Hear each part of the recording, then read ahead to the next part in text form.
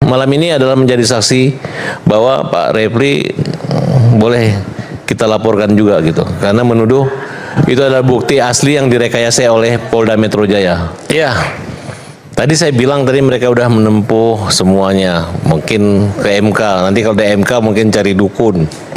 Mungkin kalau dukunnya nggak mempan lagi, mungkin minum obat bunuh diri kayak racun gitu.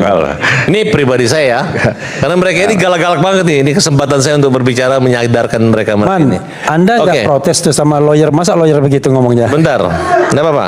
Ini Jadi gini, jangan didengarkan. Kalau yang terakhir itu saya harus katakan tidak boleh didengarkan karena itu contoh yang buruk untuk suicide segala macam.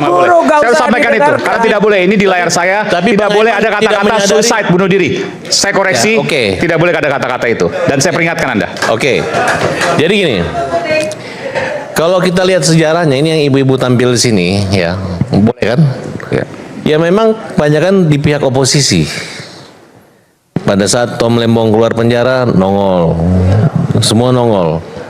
Jadi teriakan sidang saya, kalian juga malah saya diserang, ditarik-tarik baju saya. Yang walaupun akhirnya Ibu Elida Neti itu yang sempat kita laporkan ke polisi, akhirnya menyadari dan menangis-menangis. Ya, kita anggap itu adalah bagian dari pertobatannya. Kemudian yang saya lihat adalah pengecara-pengecaranya di sini udah sok jago banget. Saya belum pernah membela klien separah-parah seperti ini gitu. Bahkan Refli Harun meyakini bahwa 100% itu palsu, bukti rekayasa. Yang dimana enggak ada yang bilang 100%. Ya berapa persen jadinya Mas Refli? Polda merekayasa bukti itu berapa persen? Sama seperti Roy Suryo. Hanya keyakinan doang, 99%.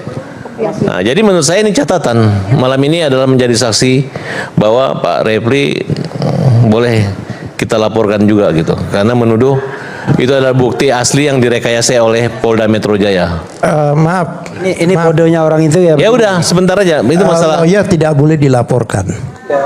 Iya. Ada undang-undangnya, Pak.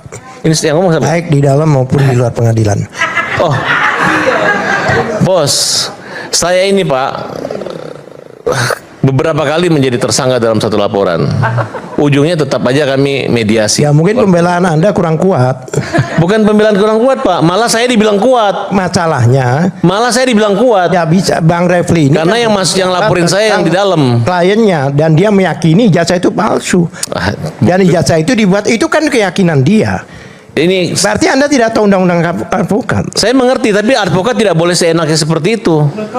Seenaknya gimana? Kecuali dia bicara soal lain, itu kan masih di dalam. Klien saya 99,9%, tidak melebihinya. Tidak. Karena saya rely on dengan his expertise dan kemudian pengujian yang sudah dia lakukan, itulah kesimpulannya. Kita tidak pernah berubah. Karena saya lanjutkan ya.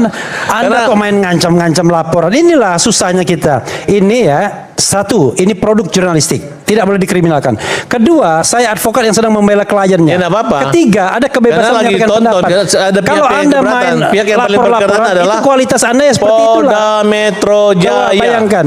Tidak bisa. Penyidik Dirkrim Pak Sarsen, itu yang menurut kami ya. Anda kemarin kan mau jadi broker kan, ayolah kita ke Pak Jokowi. Dengan terang-terangan saya mengatakan, saya mengajak para tersangka untuk ayo ke Solo minta ampun daripada masuk penjara. Terang-terangan. Ya broker itu. Ya nggak apa-apa. Itu niat baik. Kalau ini dalam agama juga, kalau orang ingin mendamaikan itu juga pahala. Ya, justru bapak-bapak ini yang mencegah gitu, menakut-nakutin, ada yang ngambek. Bahkan Pak Refli Harun langsung mau berhenti jadi lawyer. Padahal puncak daripada karir lawyer bisa mendamaikan dalam RJ pada saat ini. Nah itu yang aneh saya lihat. Kok aneh gimana ya? Saya sudah jelaskan bahwa by law KUHP yang baru, RJ itu tidak bisa ditempuh kalau mekanismenya sebagaimana dijalankan oleh Egy Sujana. Dan salahnya sendiri kenapa menggunakan pasal-pasal yang abuse of power. Inilah pasal 32 dan 35, sehingga ancaman hukumannya di atas 5 tahun. Saya bicara undang-undang, bro. Anda baca KUHP nggak? Inilah ketika zaman dulu sebelum ada perbaikan revisi KUHP tidak ada RJ. Yang kita harapkan itu adalah wah mudah-mudahan ada restoratif justice.